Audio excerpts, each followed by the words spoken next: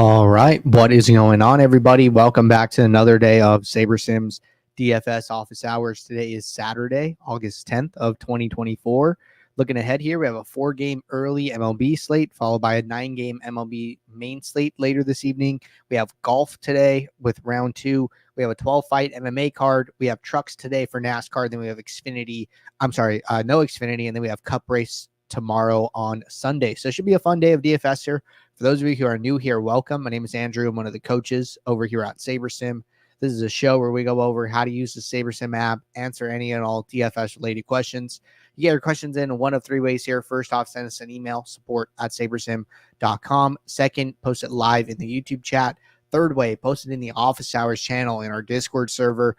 If you're not in our Discord and want to get access to that channel, there is a link in the description of this video. You also get access to our similar channels, individual sport channels, and you get access to the rest of the SaberSim team. Just can't say enough good things about the Discord. With that said, we do the show Monday through Friday, 4 p.m. Eastern. We do the show here on Saturdays at 11 a.m. Eastern. So tune in and get your questions answered. But let's get the app pulled up here, and let's jump into our first question that came in from the Discord. Question was, when late swapping, is there a way to see if your late swap worked out in your lineups? So the only way to do this would actually be like a little hard. But what you could do is, when you download your lineups, right? Like when you're in a build and you're saving your lineups to your contest, you're downloading them to your computer and then you are uploading them to the sites, right? So those downloads are on your PC. So what you would do is basically collect those and then create a spreadsheet where you take our actual scores. So you come in here, you click download after a slate is over, which it'll have a new column for actual score. And then you would have to grade them. You would have to go in and grade all your lineups. So you'd have to do a formula where it takes your lineups, reads the actual score from this table, matching the players' names, and then converts that to a total lineup actual, and then match those lineups and then compare how they did, which you could do. It is possible, but it is time intensive. There's not going to be a way in the app to do that. But think about it like this, right? I could build my lineups for this 4-game slate right now. I could build them and I could submit them. I'm better off using more accurate information, more relevant information, new information, however, by waiting to build till closer to slate lock time. It's kind of the same thing with late swap, right? What you are doing in late swap is, one, you're taking advantage of any new sims that have run for games that have not started, right? So imagine, slate locks at 12 here on the West Coast. Imagine there is some update for these games that all start at 1. Well, all I'm doing is I'm using the latest and greatest information for that game in the late swap. That's why I'm late swapping. I want to take advantage of the newest information, the most accurate, right? So 1, you're just taking advantage of the most accurate projections and sims. And then 2, you are accounting for live data. So when Vlad Jr. hits a home run in the first inning, or I think George Springer hit one yesterday, right? George Springer hits a home run in the first inning of the game. His projection's going to change. Why? Because he still probably has 3 at-bats left, and he's already at 14 fantasy points as opposed to, 9 fantasy points. And so we're going to reproject him. We're going to say, hey, George Springer already hit a home run. We think his new projection for the rest of the game should be 18 or something like that, right? Where, we think he's going to get more fantasy points. So second thing with late swap, you're taking advantage of the live box score data that we are bringing in as games play out. And then third is, I see Kuba's here who asked the questions on Ultimate. The third thing you're doing is you're taking advantage of the live field lineup. So when we have George Springer projected for 14% ownership and he comes in at 10%. Well, now you're taking advantage of that information too. The builder understanding how many lineups in the contest actually have this player and the net benefit you get by rostering that player in your lineups. So there's so many good things for late swap that like long term it's always going to be the best option here. Even if it doesn't work out one night, it's still going to be it's like it kind of goes back to like playing long term positive ROI lineups, or like, I like to use like a poker analogy. It's like, hey, 2-7 is the worst hand in poker. If you played it, 100,000 times, you're probably going to lose money long term here. But that doesn't mean it never won, right? Like sometimes it's going to flop trips. Sometimes it'll get a full house. Sometimes it'll get like a one card straight. There are times where the lineup wins or the hand wins, but you just don't know. And it's better to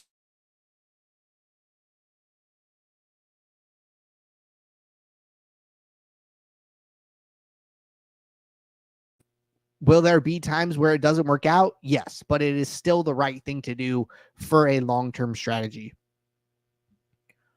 All right. Good question there to get us started. Now, checking Discord one more time. Question from Eric. Let's get this one up here.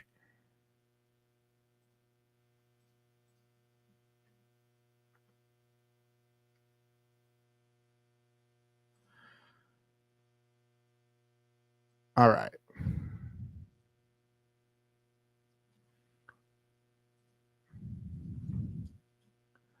Eric said,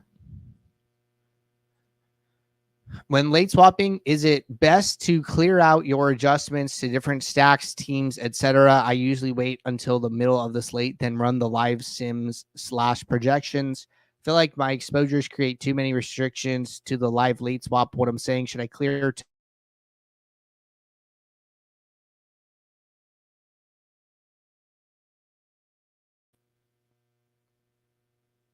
So when you're late swapping, the late swap builder works differently than the pre-slate builder. And in the late swap especially,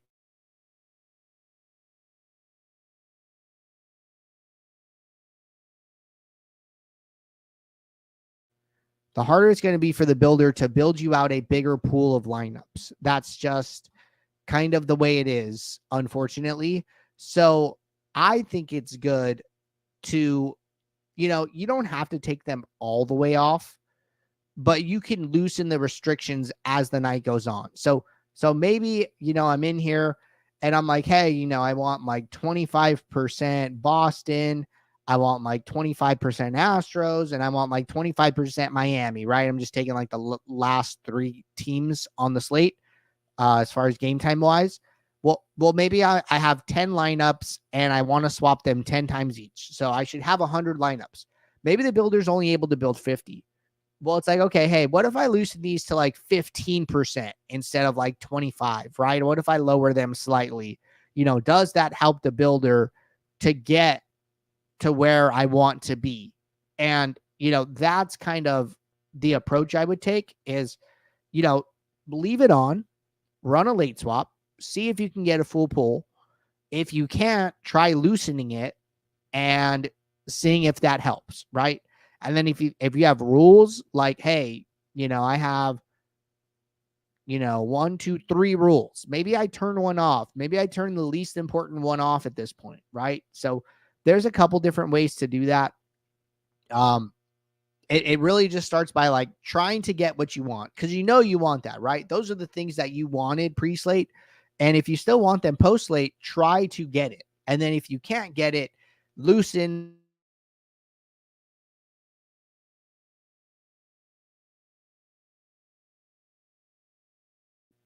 But I would take that incremental approach as opposed to just turning it off to begin with. I think that, you want the lineups to look like what you want them to look like, right? So I think that's important. All right. Good question there.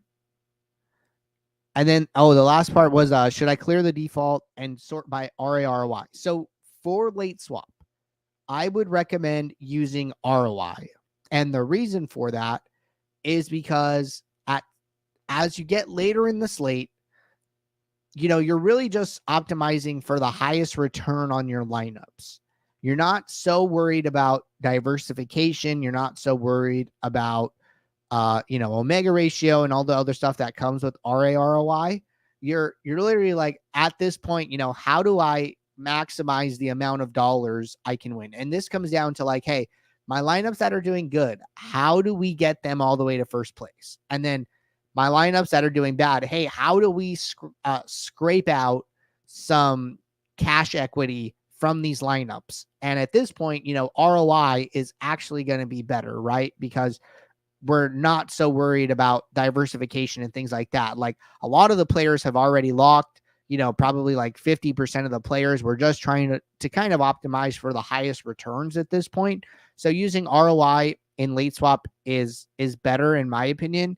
And you could even still use min uniques, right? Something I like to do is sort by ROI, add an aggregate metric, for average ROI. And then, say it's this, right. And then I'll watch as if I move the min uniques, how the ROI changes. And if it changes significantly, I will go back one and stop there. So that's the way I've been using it. All right. Good question there. And with that said, let's do a little bit of a build demo here, right? Build some lineups for this Saturday 4-game slate here.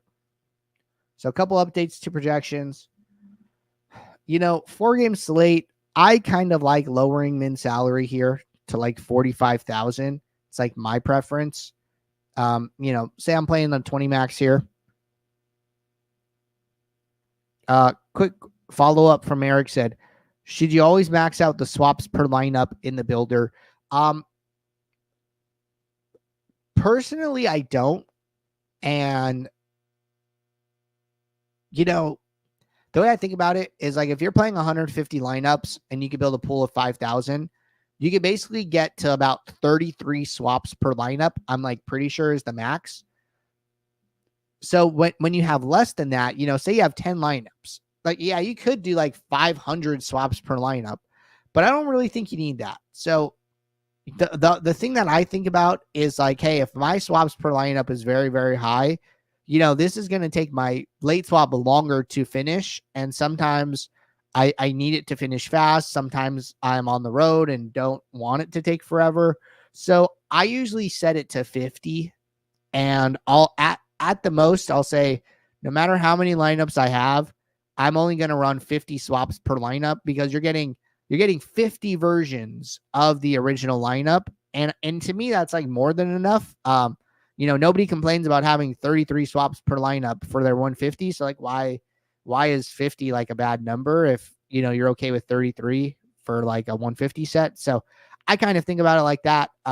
It ends up finishing faster. I'm able to get my lineups in faster, and just the process takes a little bit less. So 50 is my recommendation. You could use more if you so choose. All right, let's build these lineups. Gonna leave everything off here. Even don't use batters against opposing pitchers on this short slate, right? We talk about, the smaller and smaller the slate, there might be a situation where, Logan Webb has like a really good game, like 7 innings, 2 earned runs, and like 8 strikeouts. But, those 2 runs were like a home run by, I don't know who plays for Detroit. I can't even find somebody here. It was a 2-run home run by Matt Vierling, right? And Vierling ends up, getting there. Like the smaller and smaller slate, the more likely something weird like that can actually work out. And I'm not even saying that it's likely to show in your lineups, but it is possible, right? It can definitely happen. So shorter slates, this is why like showdown slates are like so random, and, weird lineups and things win in like showdowns all the time, because you take one game, you play it out one time. It can be so random what ends up actually happening in that slate. So smaller slate, allow for these kind of weird things to happen. But if this was yesterday, big like 13 game slate or something, like you probably don't need that to win. You'll be just fine without it. All right, so we're just gonna run one contest sim here, and just moving around columns while we wait.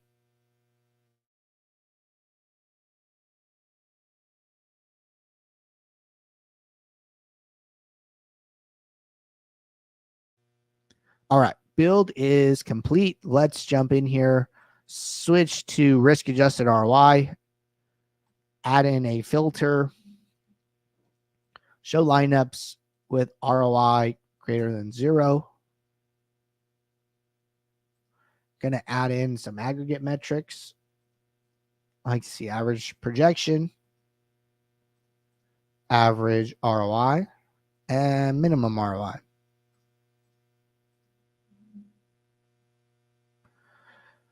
All right. Average ROI is about 215%. Average projection is about 88. Minimum ROI is about 188. Looks good so far. So let's jump in here. Sort by exposure. So pretty high exposure to Detroit of all teams here. This is probably a good spot to, start diversifying and managing a little risk just because we're so over leveraged on them. So min uniques of 2. Small change, min uniques of 3. Another small change, min uniques of 4.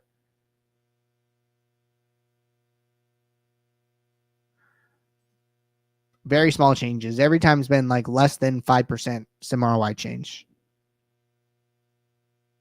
All right.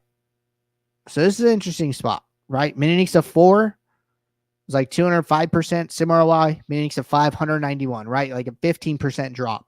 You got to spend a minute here saying, okay, hey, what am I seeing? And am I okay with this drop? Do I think it's necessary? And so what I would do is I would come in here and check my exposures and my leverages, right? For me, looking at this, my top 3 exposures are all pitchers. Okay, great. But I still have like pretty high exposure to some batters, 45%, 40%, 35%, all to Detroit here. This might just be too much of like one team for my comfort level. So I think it's okay to go to 5 here. You're sacrificing some sim ROI, but these leverages are just very, very high. So min unique of 6. So now we're getting a lot more exposure to Boston, right? And we dropped again in sim ROI.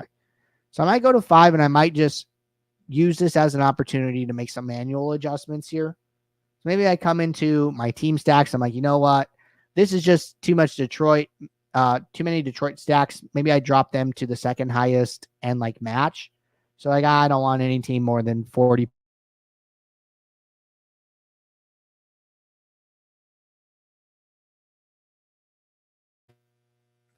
All right. So adjusted the team stacks. And let's come back here. And let's go to all batters. Okay. So batter exposures look a lot better, right? Look a lot flatter here. So pretty happy with that. Highest exposure now is Jarren Duran, but he's like 21%, expected for like 21% ownership. So having 40% of him here is like not the worst thing in the world. So that's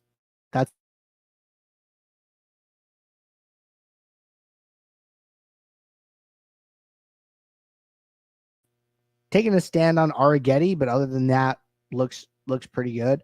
I would be a lot happier with this, right? But all I did was I kind of settled on a min unique number, and then I went in and I made 2 manual adjustments to minimax exposures on the team stacks tab, as opposed to setting a bunch in the beginning. So use min uniques to get you most of the way there, make some fine-tune adjustments to get you the last 5 to 10%, and you'll be all good. But I'd be happy submitting these lineups. All right. Looks like we're caught up with questions in the Discord and the YouTube chat. Appreciate you guys tuning in. I will be right back here Monday, 4 p.m. Eastern for our next office hours show. So until then, everybody, take care. Good luck. Thanks. Bye.